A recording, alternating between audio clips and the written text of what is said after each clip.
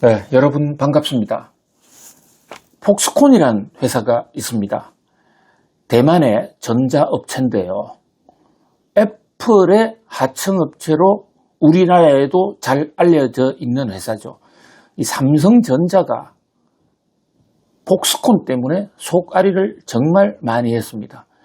자, 삼성전자는 사실 전자, 스마트폰 등에서 종합 전자회사로는 세계 1위지 않습니까? 특히 애플과 스마트폰 경쟁을 할 때요. 사실 삼성은 소프트웨어 빼고는 나머지 부품이나 기술 이런 것을 다 가지고 있었거든요. 그런데 반해서 애플은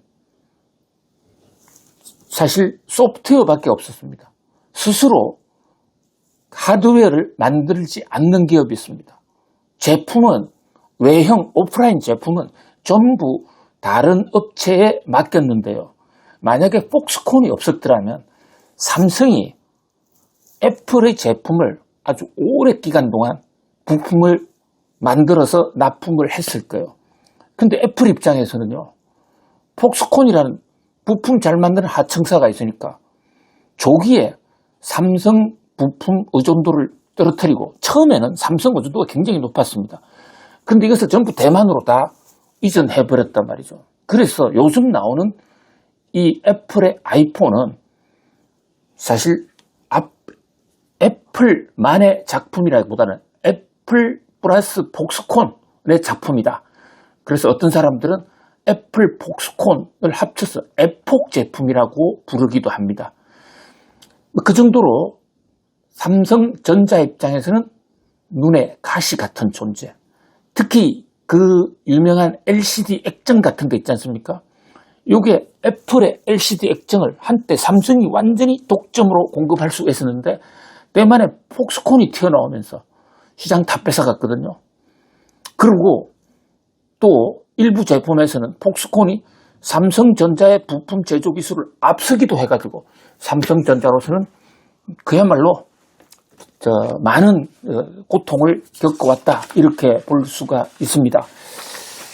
최근에 대만에서 컴퓨텍스라는 게 열렸습니다. 대만의 컴퓨텍스 상당히 유명한 기술 발표회입니다. 우리나라에서는 좀 대만을 우습게 보는, 무시하는 경향이 있어서인지 우리나라 전문가들, 우리나라 재벌 총수님들은 대만 컴퓨텍스에 그렇게 많이 안 가요. 우리나라에서는 SK의 하이닉스 좀 관심이 있고, 최태원 회장이 대만을 여러 번 다녀왔는데 컴퓨텍스에, 이것은 엔비디아가 이 컴퓨텍스에서 대대적인 기술을 발전하니까 엔비디아의 HBM을 납품하고 있는 차원에서 관심을 좀 보였던 것으로 보이지만, 전반적으로는 우리나라 기업들 이 대만에 별로 관심이 표하지 않아 왔습니다. 그러나 전 세계 각국에서는요, 대만이 파운드리를 잘하고 그 부품을 잘 만드니까 완성업체 입장에서는 우리 부품도 더 싸게, 더 좋게 혹시 만들 수 있나 해서 많이 몰려들어요. 그래서 해마다 5월달경에 열리는, 한때는 7월달경에 열리는 이 컴퓨텍스는 라스베가스 가전쇼 CES보다도 더 전문가들 입장에서는 더 중요한 자리, 특히 최고 전문가들이 가장 많이 몰린 자리이기도 합니다. 자, 올해 2025년도 이 대만의 컴퓨텍스에서 엔비디아의 젠슨 황이 아예 대만을 인공지능의 심장으로 만들겠다, 대만에 대대적인 투자를 하겠다, 그래서 난리가 한번 났었죠. 전 세계 150개 계획이 대만에 공장 설립 계획을 세우고, 엔비디아는 실리콘밸리에 있는 본사보다 더 큰 자기 회사의 건물과 공장을 대만 타이베이 위에 그 신주 공업단지에 세우기로 발표를 했습니다. 특히 지금 미중 무역 갈등 속에 대만의 위치, 혹시 대만에 전쟁이라도 일어나지 않는가라고 주목을 받고 있는 속에서 대만은 바로 이 반도체를 키움으로써 그것을 조국을 시키는 수호 신산을 삼겠다. 이래서 대만 정부도 반도체를 키우고 또 대만 출신으로 외국에 나가 있는 사람들, 외국에서 활발하게 뛰는 엔비디아의 젠슨 황이나 AMD의 리사 수, 그 밖에도 많은 대만계 미국인들도 전부 다 대만으로 돌아와서 반도체와 인공지능, 특히 인공지능 반도체는 완전히 무게중심이 지금 대만으로 넘어가는 듯한 그런 모양새거든요. 지금 인공지능 반도체에 엔비디아와 또 AMD가 거의 95% 이상 독점 생산을 하고 있는데 그것을 거의 전부를 대만의 TSMC에 맡긴다고요. 그리고 일반 기계 부품도 또 폭스콘이 맡기고 있는데 이번에 컴퓨텍스에서 엔비디아의 인공지능을 대만을 중심지로 만들겠다. 대만을 인공지능 세계 중심지로 만들겠다는 발언. 또 대만의 엔비디아 대대적 투자. 이것도 주목을 끌었지만 사실 그보다 더 주목을 끈 것은요. 인공지능과 관련해서 폭스콘입니다.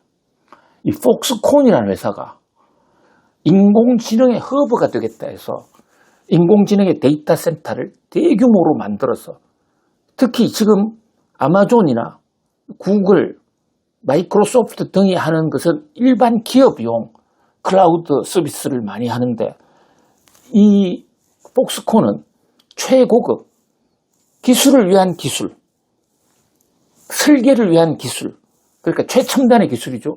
이런 쪽의 인공지능을 집중적으로 데이터 센터를 만들겠다라고 선언을 했는데 이미 폭스콘이 이 분야에 상당히 지금 가시적인 성과가 있습니다. 자, 우리는 폭스콘 하면 하청업체, 부품이나 만드는 좁쌀 같은 회사라고 생각해 온 게 불과 10여 년 전인데 그 사이에 폭스콘은 지금 부품만 만드는 회사가 아닙니다.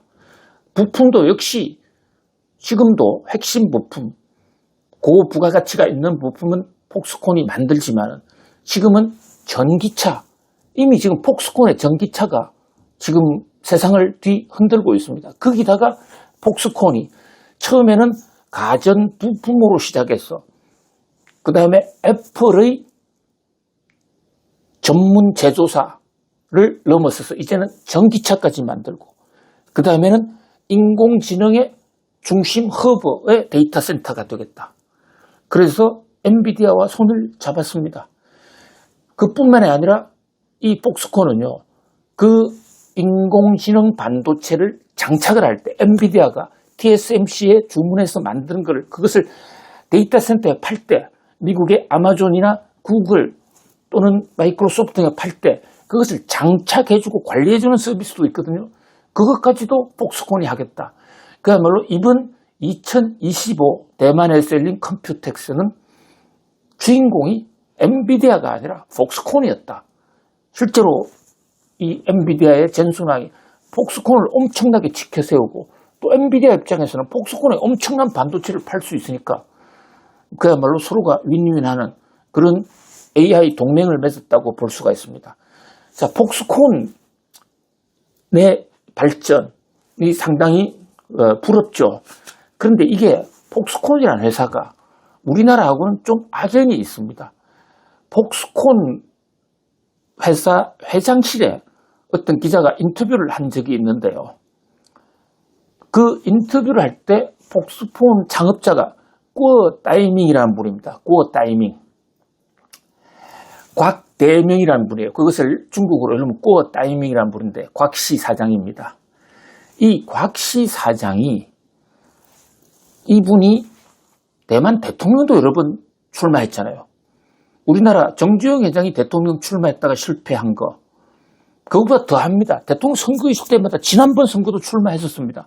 그런데 이번에는 당내 예선에서 국민당 소속인데 당내 예선에서 나가 떨어졌지만 적어도 3등 정도는 하는 상당히 국민적 지지도 많은 사람이에요. 이분이 만든 회사거든요. 근데 이분이 기자 인터뷰를 할 때 기자에 공개했습니다. 자기 추상 뒤에 다도 삼성이라고 걸려있는 삼성을 때려잡자. 이것이 폭스콘의 한때 사시였습니다. 아니 우리가 잘 돼보자. 세계 1등이 되자. 이거는 이해가 되는데 삼성을 때려잡자? 이건 좀 너무 잔인하고 좀 보복적이고 차원이 좀 낮은 거 아니겠습니까? 그러면서 그 다이미 기자한테 얘기합니다. 왜 삼성을 왜 때려잡자는 겁니까? 삼성하고 각종 분야에서 특히 제조 분야에서는 경쟁이 많이 됐죠. 그런데 그 타이밍은 그 대목에서 LCD 판넬 같은 거를 판매를 할 때 삼성과 한때 담합을 한 적이 있다고 고백을 합니다. 그러니까 가격을 몇몇 세계를 지배하고 있던 회사들이 디스플레이를 가격을 좀 비싸게 받은 것이죠. 근데 독과점 업체가 몇 명만 짜서 우리 이 이하로 받지 말자 하면 비싸게 팔 수 있는 거 아닙니까? 그래서 돈을 많이 벌었는데요. 그런데 이 유럽 공정거래위원회에서 이상하다. 얘들이 혹시 담합을 하고 있는 것이 아닌가? 공정거래법상 서로 짜고 가격을 높이는 거. 이것은 제일 나쁜 것 중에 하나거든요. 그래서 전자회사들을 상대로 공정거래법 위반 조사가 시작된 겁니다. 그런데 그때 삼성이 먼저 자백을 해버렸습니다. 우리 사실 대만의 폭스콘하고 담합했어요. 죄송합니다. 라고 스스로 시인을 해버렸다고요. 자, 이게 무슨 문제냐?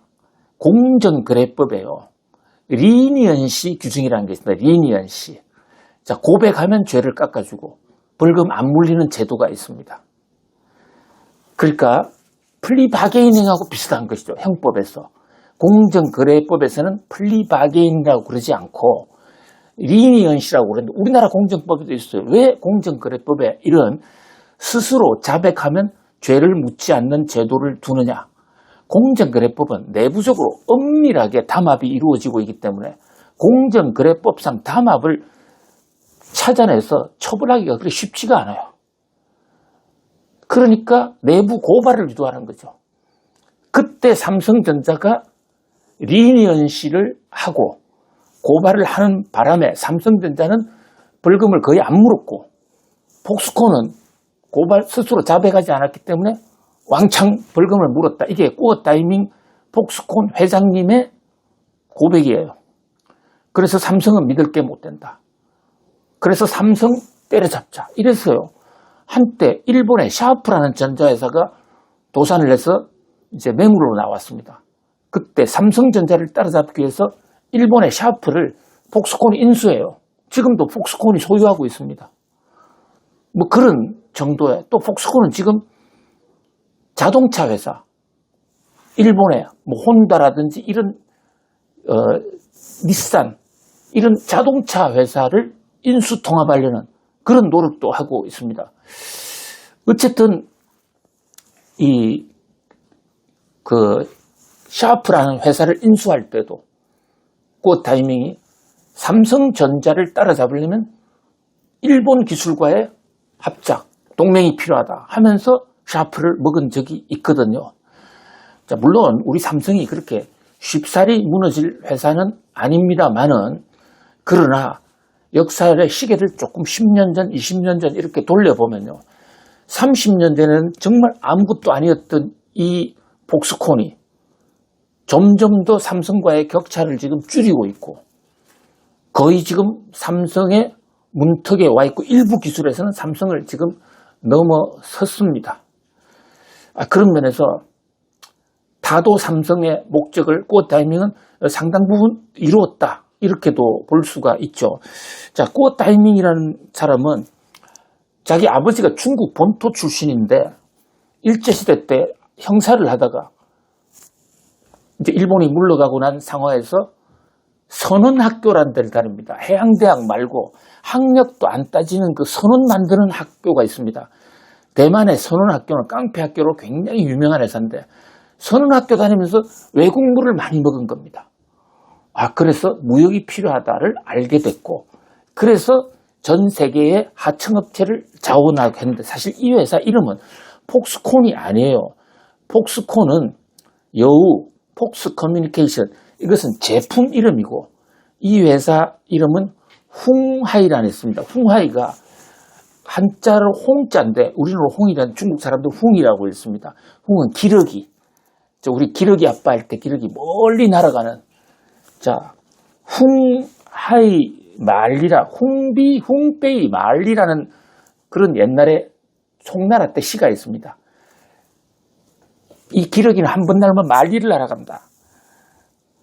그리고 이 기러기는 훅납백천, 그 100가지 이상의 바다도 끌어안는다. 큰 틀이라는 겁니다, 한마디로. 거기서 이름을 한자씩 따와가지고 헝하이라고 지었습니다. 이것은 기러기 바다라는 뜻이죠. 기러기가 움직이는 바다. 왜 우리가 기러기 아빠라는 얘기를 하느냐면, 자녀들을 먼 외국에 공부시키고 멀리 날아다니는 사람, 한 번 날면 다른 새보다는 훨씬 멀리 가거든. 그래서 기러기라고 그러거든요. 바로 폭스콘이 기러기입니다. 이 기러기 바다를 모토로 세우고 삼성을 따라 타도하자는 이 폭스콘이 최근에 정말 많이 컸습니다. 우리는 이 대목에서 우리는 과연 뭐 했느냐? 물론 삼성전자도 많이 컸습니다. 그러나 지금 폭스콘처럼 무에서 유를 창조하는 그런 기업으로서 세계를 평정하는 그런 기업 우리 몇 개 있느냐? 지난 30년간 그런 기업이 몇 개나 새로 나와서 한국 경제를 견인했느냐? 혹시라도 대만보다도 최첨단 기술에서 우리가 좀 뒤지고 있는 것은 아닌가? 물론 아닐 것입니다. 우리의 장점도 많이 있습니다. 다만 폭스콘의 삼성 타도 그 대만의 한국을 따라잡겠다는 그 정신이 어느 정도 성과를 맺고 있다. 이 대목 우리가 결코 무시해서는 안 될 것입니다. 자, 오늘은 기업 전쟁, 애플과 삼성전자, 그리고 헝하이, 폭스콘에 얽힌 다도 삼성의 얘기를 해보았습니다. 구독자님들 오늘도 성공하십시오. 감사합니다.